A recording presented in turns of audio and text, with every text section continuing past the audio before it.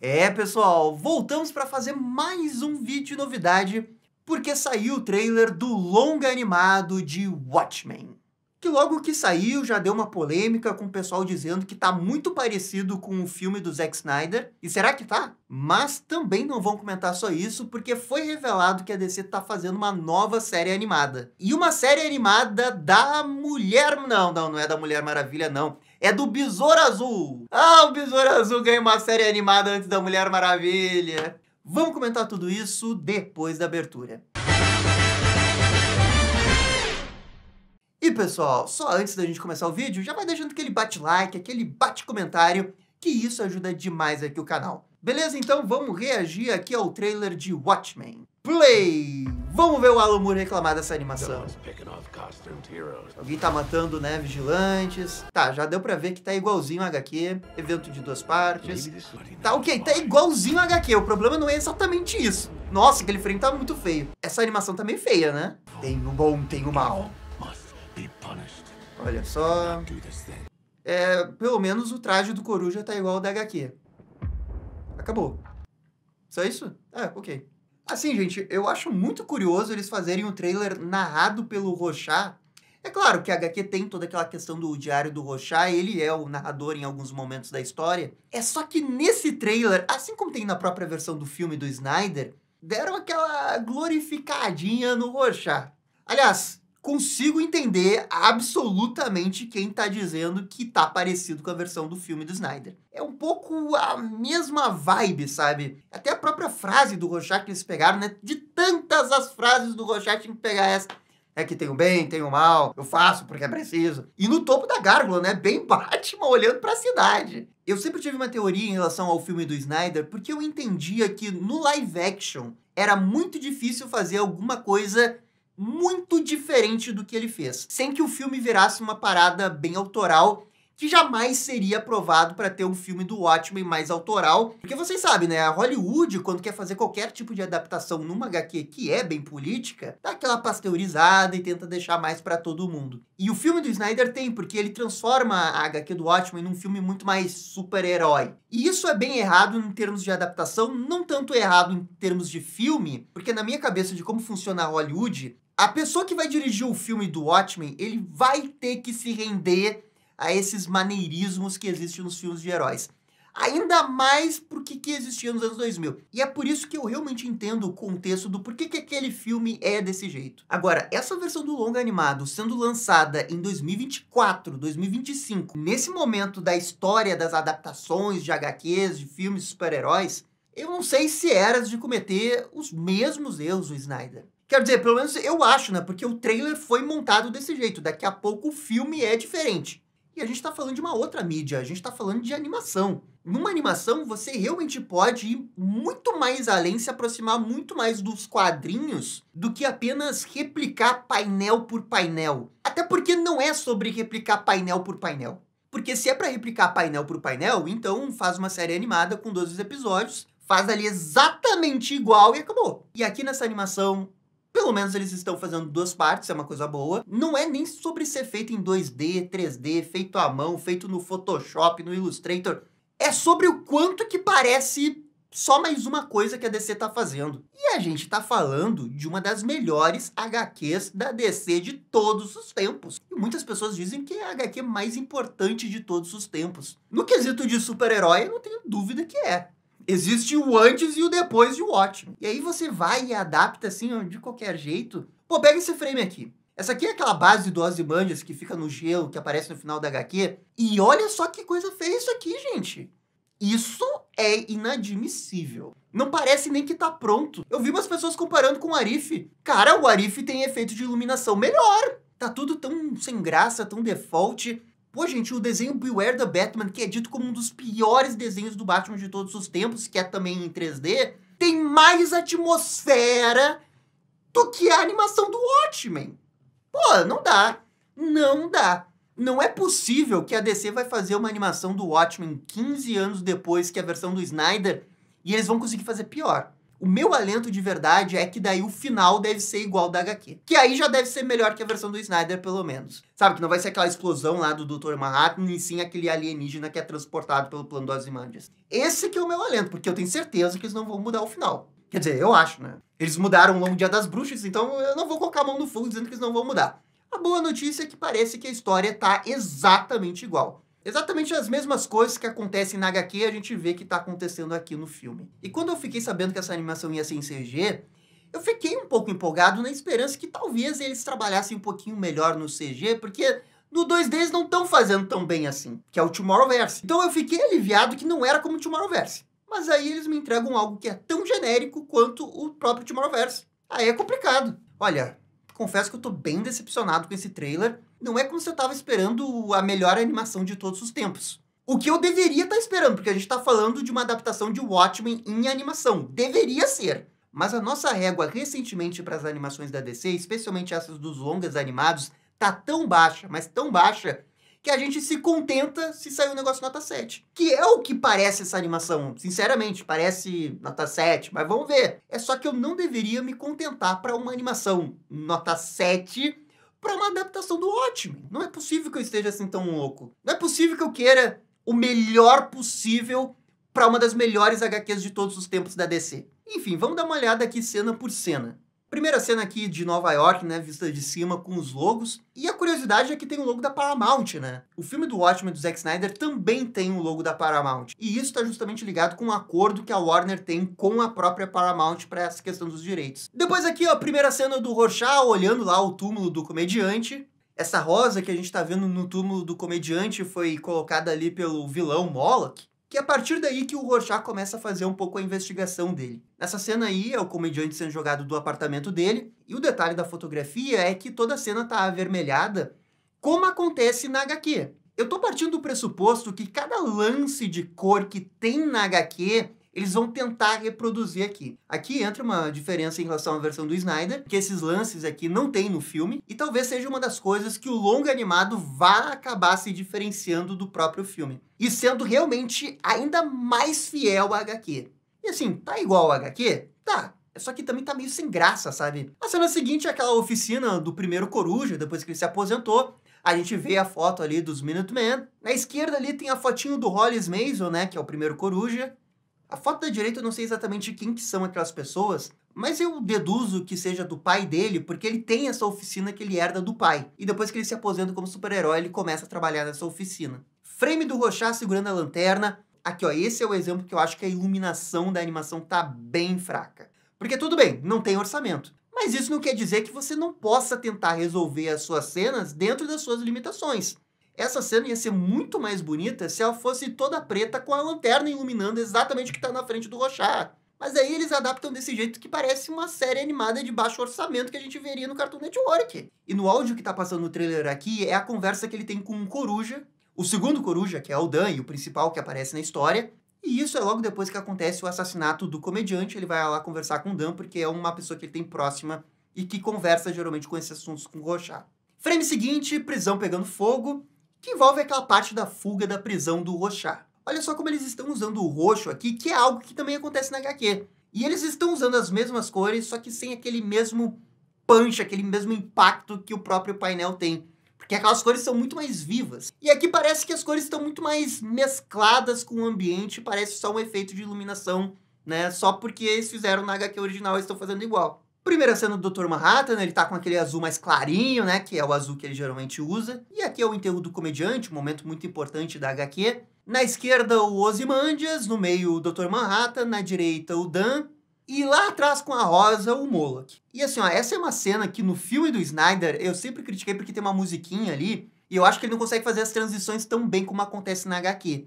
Mas essa daqui conseguiu piorar, sabe? Não tem nenhuma ambientação, só um nevoeiro atrás, que não pega nem nos personagens da frente. E aqui é aquele relógio, né, do juízo final, que os cientistas ficam avançando com medo da iminente guerra nuclear. E esse é o ponto que a animação tem a obrigação de fazer melhor que o filme. A animação tem a obrigação de conseguir passar o risco da Guerra Fria. O medo que as pessoas tinham de não saber se no dia seguinte ia começar uma guerra nuclear com a União Soviética. E para isso, na HQ, tinha os humanos. o jornaleiro, o cara que leu o gibi, o próprio psiquiatra, as pessoas que compravam os jornais na banca, todas essas pessoas que foram cortadas do filme precisam estar nessa versão animada. Porque aí, se eles não colocarem, aí vai ser erro grave. Porque esse foi um dos principais erros da versão do filme. Pra HQ do Watchmen funcionar, você tem que sentir o peso da Guerra Fria. Você tem que sentir as emoções dos personagens, o medo que eles tinham. Seja do carinha que tá lendo o gibi na banca pro presidente dos Estados Unidos. Tá todo mundo com medo naquele negócio. E a HQ é maravilhosa, obviamente, porque ela consegue mostrar isso. Você lê e você se sente transportado pra 1985.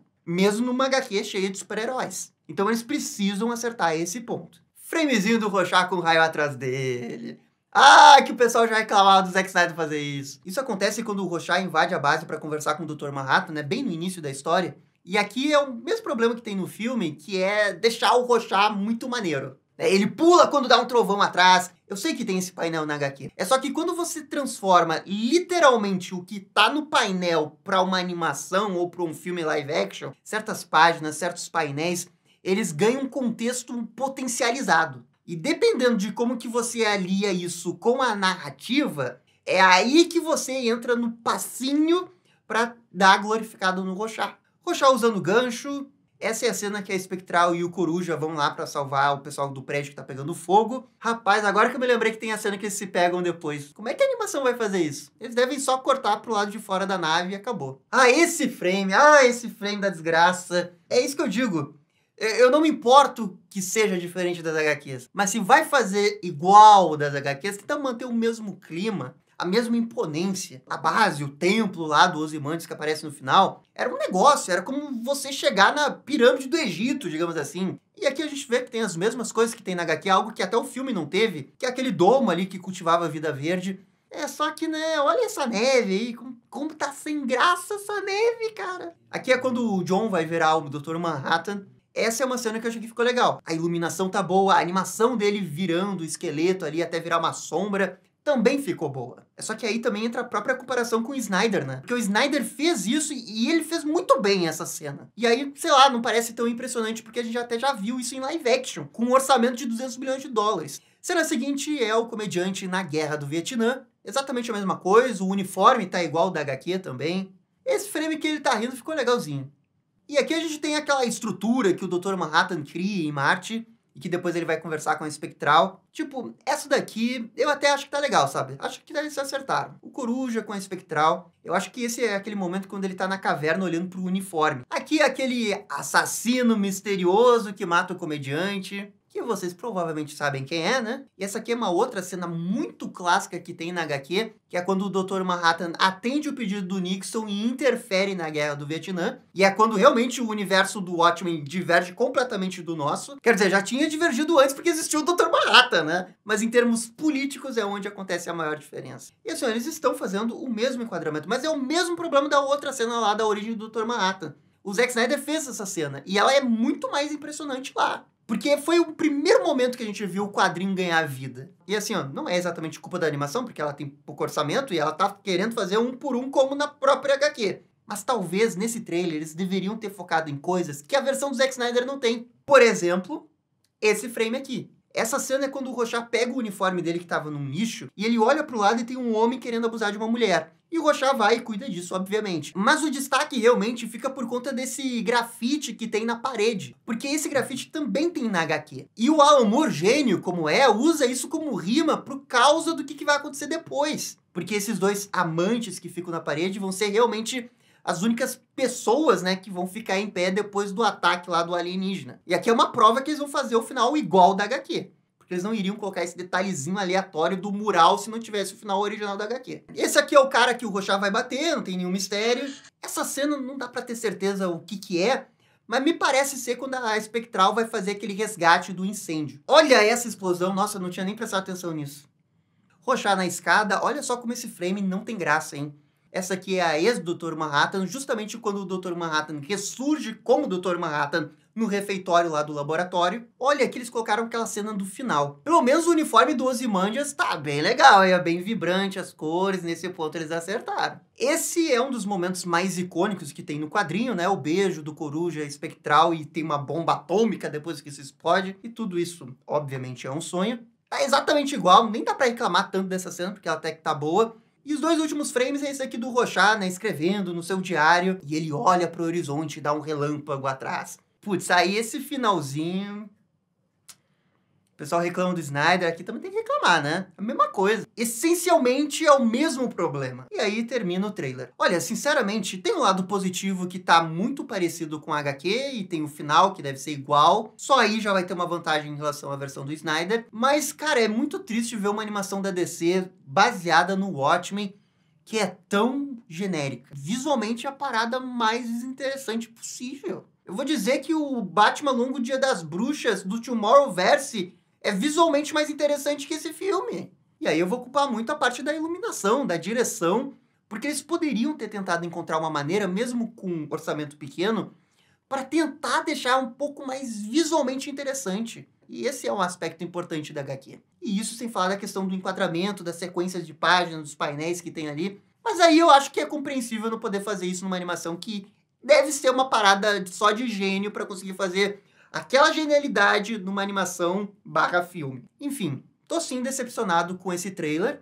Concordo com as críticas que tá um pouco com a vibe do Snyder. Parece mesmo. Só que, por outro lado, tem uma outra coisa que me dá um pouquinho de esperança, que no texto eles vão conseguir fazer algo melhor. Mas é só nessa parte do texto, porque visualmente eu achei bem sem graça. Mas enfim, galera, essa daqui é só a minha opinião. Comentem aqui o que vocês acharam do trailer de Watchmen. E agora vamos aproveitar e falar da outra notícia, porque a Deadline confirmou que a DC está desenvolvendo uma série animada do Besouro Azul. E é o Besouro Azul do filme que tá no DCU, e que provavelmente esse projeto é o que o James Gunn queria dizer, que o Besouro Azul ia estar no DCU. Eles encontraram essa série animada do Besouro Azul, e depois eles podem colocar o Besouro Azul em live action. Mas eu acho que realmente o que a gente deve ver de Besouro Azul nesse momento vai ser realmente série animada. E aí a expectativa desse desenho é também ver o Besouro Azul Ted Cord, já que a cena pós-crédito do filme falava do Ted Cord desaparecido, entrando em contato lá. E se tiver realmente o Ted Cord, a gente já vai saber quem que vai ser o Ted Cord no live action, já que o James Gunn falou que os mesmos atores vão repetir seus papéis em outras mídias. E esse, no final das contas, vai ser o primeiro momento que a gente vai ver o Ted Cord, porque a gente também vai ter a série do Gladiador Dourado. Olha, conhecendo James Gunn, conhecendo as HQs que ele gosta, conhecendo as melhores histórias do Gladiador Dourado, eu acho impossível não aparecer o Ted Cord. Mas tem sempre a possibilidade deles pegarem só a parte mais solo do Gladiador Dourado, que é ele ficando em Metrópolis ou ele viajando no tempo. Essas duas possibilidades, se não tiver Ted Cord. E a reação da internet com essa série foi tipo, legal, mas cadê a série da Mulher Maravilha? E aí é um negócio que a gente fica realmente pensando em como que funcionam essas coisas dentro da DC. Como é que é a lista de prioridades deles? Se me perguntassem, eu diria que a Mulher Maravilha deveria estar bem à frente de ter uma série animada do que o Besouro Azul. Só que, por um outro lado, eu super entendo ter a série do Besouro Azul, porque é um negócio de baixo risco e o James Gunn já tinha dito que ele ia continuar com o Jaime Reyes. Com certeza não iriam fazer filme do Besouro Azul porque o primeiro flopou, né? Com certeza não iriam fazer uma série porque também é muito caro. Só restaria a possibilidade dele participar crossover com outra equipe, tipo Jovens Titãs, ou mesmo na série do Gladiador Dourado, ou ter realmente uma série animada. Eu acho que é uma boa ideia. Eu realmente acho que é uma boa ideia, desde que seja bem feito, né? Não seja como a gente viu aqui a animação do Watchmen. Mas é a sequência dos anúncios, né? Mais uma animação da DC que não é da Mulher Maravilha, não é a animação do Flash. E tem esses dois aí, tipo, na frente ali, pedindo passagem. O Flash é um personagem que seria perfeito pra colocar numa série animada. Mesmo no DCU, já que, a princípio, o Flash tá na geladeira porque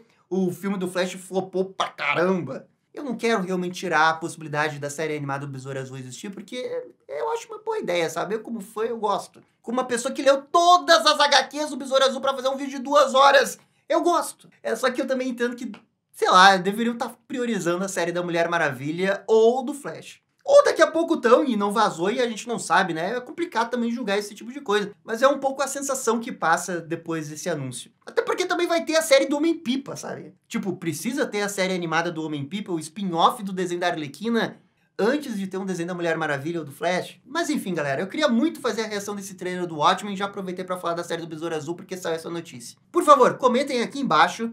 E no mais, eu fico por aqui, muito obrigado e dá-lhe descer! E esse foi o vídeo comentando o trailer de Watchmen. E aí, vocês gostaram? Não gostaram? Deixem suas opiniões nos comentários. E se curtiram o vídeo, deixe aquele joinha e inscreva-se no canal para ficar sabendo absolutamente tudo sobre Batman. Obrigado, gente, e até a próxima. Tchau, tchau.